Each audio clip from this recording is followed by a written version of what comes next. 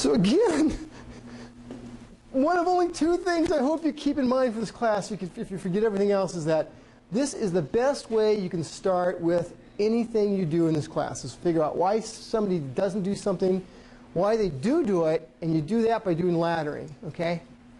What we're going to figure out then next week is exactly who are these people, and then we're going to come up with the 4 Ps. And that's sort of the 1, 2, 3, 4 step.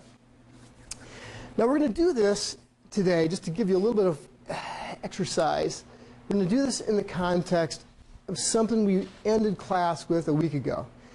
Can you remember how we ended class last Wednesday? I mean, it's a long time ago. Can you remember how we ended class last Wednesday? Does anybody remember? Like the football fanatic. Yeah. So Anna was our football fanatic, and we're trying to figure out, Cornell football fanatic, and we're trying to say, what can we do, what could Cornell do to take someone like Anna and multiply her times 5,000, so that stadium could be filled with screaming, happy people. Now, I've done the same thing for some major college teams and then also some pro teams. And it's really pretty neat what you end up finding, but we're going to do that here. What's the first thing we do if we want to figure out how we find 5,000 Annas out there, or make 5,000 Annas, or try to make 5,000 Annas? What do we first do? Find Anna. Well, we found her. The first thing we do, though, is we would do what? The first thing we would do is we'd figure out, why undergraduate women don't go to football games. Why they kind of go, oh, ho, hum. The second thing we do is we take people like Anna. We find 10 people like Anna.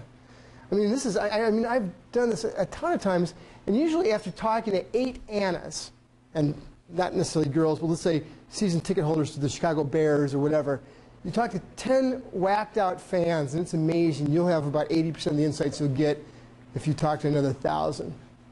Then figure out who they are and how to implement. Well, let's figure out why somebody wouldn't go to a football game. Can you give me some ideas why you think that, maybe from the women here, that you don't go to football games, why you have no interest in it?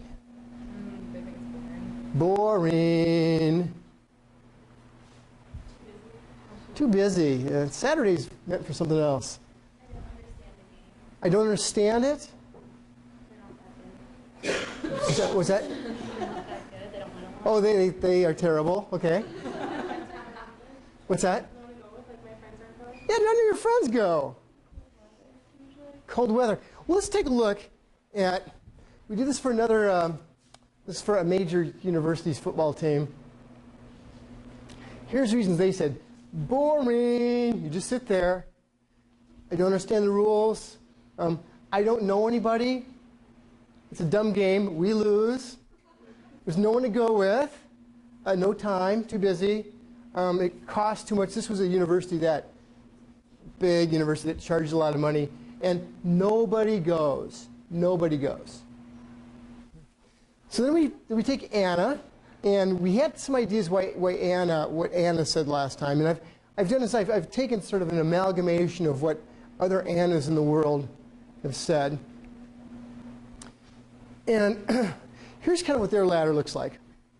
Why do you like going to football games so much, you crazy girl? And she goes, hey, it's really exciting and invigorating. Well, why is that important to you? Well, I have these vicarious thrills. Why do you like vicarious thrills? Well, it makes me feel dynamic and interesting. Why is that important to you? What makes me feel good about myself? Okay. What else do you like? What's a stress buster? What do you like about being a stress buster? Well, I don't feel cooped up. I feel like I have a life. Why is it important for you to feel like you have a life? Well, because I want to make the most of my college years. I want to live life without regrets.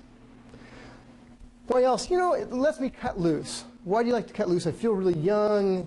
I feel positive about the future. I like to laugh, and it helps create good memories. Why else do you like it? Well, my friends go. It's fun to bond with them and create good memories. I feel like I'm supporting the team and the school. And this is one of the main things that came up when Anna was talking. I support the friends of my team and my school.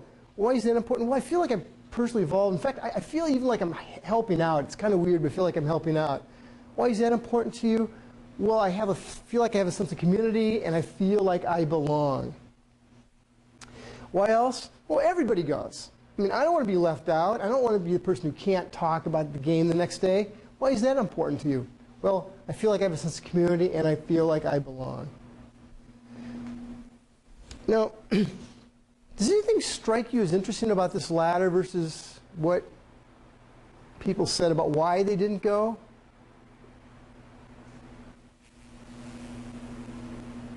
Yeah.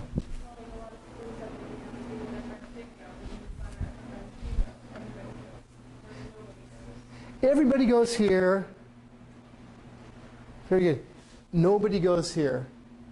Now, you know what we could do with research is we could say, oh, well, it's all over the map then. It's totally unreliable. But you guys are way too smart to say something like that. What would instead explain why two individuals would say the exact opposite things when there's really only one truth in the world?